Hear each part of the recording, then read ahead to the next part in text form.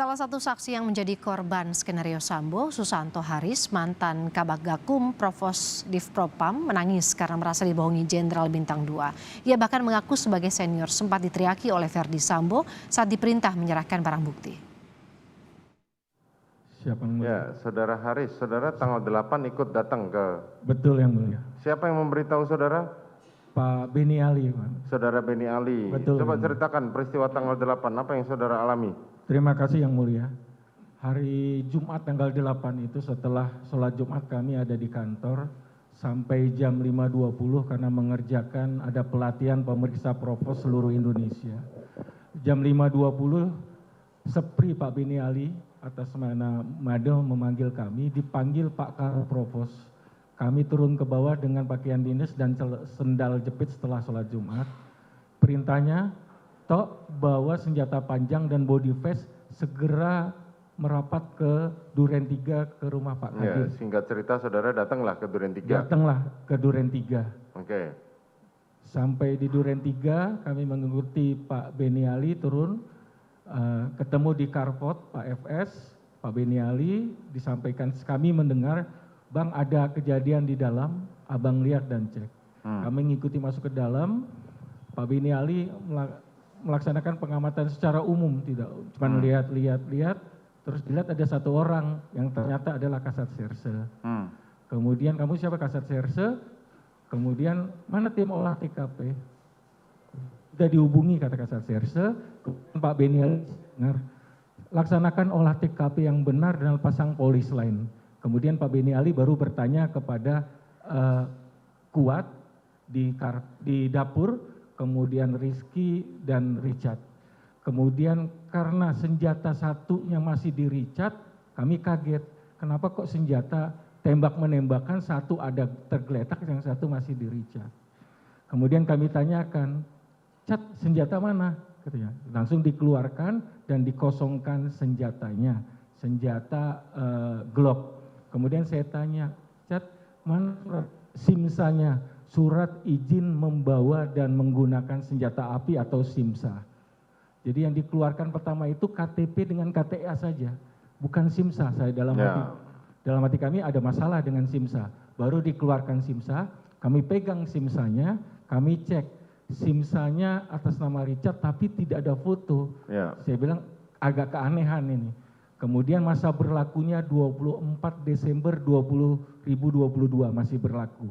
Saya balik, saya cek nomor senjatanya, kok cuma 3 angka, MPY 851. Saya bilang agak aneh juga. Nah, itulah saya rapatkan SIMSA, nomor senjata dengan senjata Glock, kami rapikan, kami pegang senjatanya untuk mensejajarkan nomor senjata dengan nomor SIMSA adalah sama. Kami laporkan ke Pak Beni, izin Pak, untuk nomor SIMSA dan nomor senjata sama. Kemudian diperintahkan cari perwira yang senior untuk nanti dibawa ke Provos oleh AKP Tatak. Kemudian Pak Beni Ali nanya, ibu di mana toh? Wah, tidak tahu dan tidak ada di sini, kami bilang. Akhirnya Pak Beni Ali, benar cerita Pak Beni Ali, keluar nemui Pak FS, kami ngikut, ibu di mana dan? Di Saguling. Saya harus tahu cerita sebenarnya. Dan kami berangkat ke Saguling. Saya dengan Pak Beni Ali dengan mobil Provos, Pak FS dengan mobil Pak FS ke Saguling.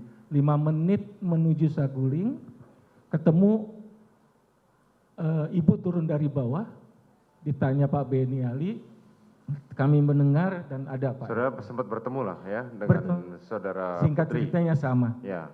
Jam masih ingat dia menggunakan baju apa? Tidak ingat kan? Tidak ingat. Siap. Oke, lanjut. Setelah selesai, sudah toh ibu sok nggak bisa ditanya banyak, kita kembali ke TKP. Jadi jam 6.25 kami sudah kembali, berangkatnya jam 6.17 lah. Kembali ke TKP, kemudian situ-situ sudah persiapan mobil ambulan. Kemudian diperintahkan AKP Tatak, karena perintah Pak FS untuk membawa senjata dan saksi ke kantor. Saksi dibawa oleh AKBP Erik, senjata dibawa oleh AKP Tatak. Kemudian setelah itu mobil ambulan datang. Saudara kemana? Ke rumah sakit atau ke kantor Provos?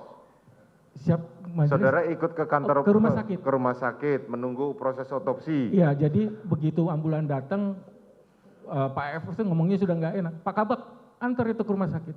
Dalam hati, Oh, diperintahkan saudara FS yang merintahkan saudara. iya. Oke, kemudian Dalam hati saya nggak ada yang senior lagi atau yang muda gitu maksudnya. Karena itu kan lebaran besok itu. Saya belum bayar hewan kurban, jadi saya mestinya minta izin waktu itu. Kok kasar begini? Saya bilang ngegas kalau istilahnya. Jadi Terus? saya antar. Ya udahlah, saya kawal. Saya tanya pengemudi ambulan, lewat mana jam segini nggak macet? Lewat Taman Makam Kalibata. Jam segini jam macet ini dalam hati saya. Ya sudahlah, karena akhirnya saya berangkat mengawal ambulan dengan petunjuk mobil ambulan itu menuju Keramat Jati. Di tengah perjalanan saya bingung, ini mau dibawa mana, siapa yang saya hubungi. Kemudian Pak FS telepon, nanti ada Wakarumkit Keramat Jati yang akan menghubungi, karena Karumkit sedang ibadah haji. Nah, saya di WA, silakan bawa ke kamar jenazah. Jadi almarhum itu sempat saya bawa ke UGD dulu. oh ya, Saking kemarin tidak ya tahu, dengar itu cerita. saking saya tidak tahunya, akhirnya dibawalah ke kamar jenazah. Oke. Di kamar jenazah ketemu. Jadi saudara FS masih memerintahkan saudara ya? Iya. Oke, Kemudian dibawa ke kamar jenazah, ketemu Dokter Farah, jenazah dibawa masuk ke dalam, kami tidak boleh masuk. ya di Di luar. otopsi. Singkat cerita keluarlah hasil pemeriksaan sementara ini yang Saya saudara. tidak tahu. Hah? Saya tidak tahu.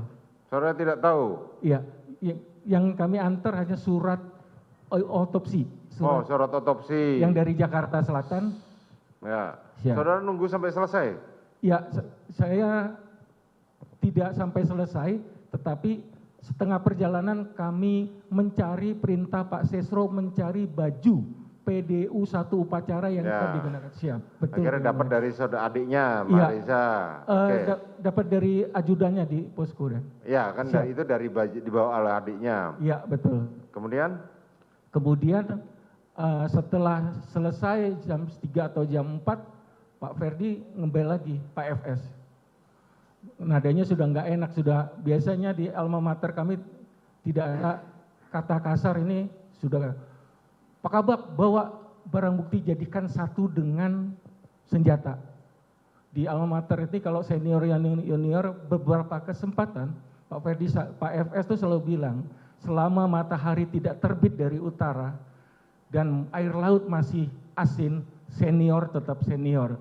Jadi kemarin ngomongnya ngegas, Pak. Sudah dalam hati saya, ya kalau jenderal udah bisa ngegas-ngegas senior ya, inilah yang saya alami, saya bilang. Akhirnya saya antar juga, saya serahkan ke Agus Patria setelah kami mengantar jenazah ke kargo bandara. Oke, kemudian? Kami ngantar ke kargo bandara, kemudian kami menyerahkan barang bukti ke Paminal. Demikian Majelis Hakim.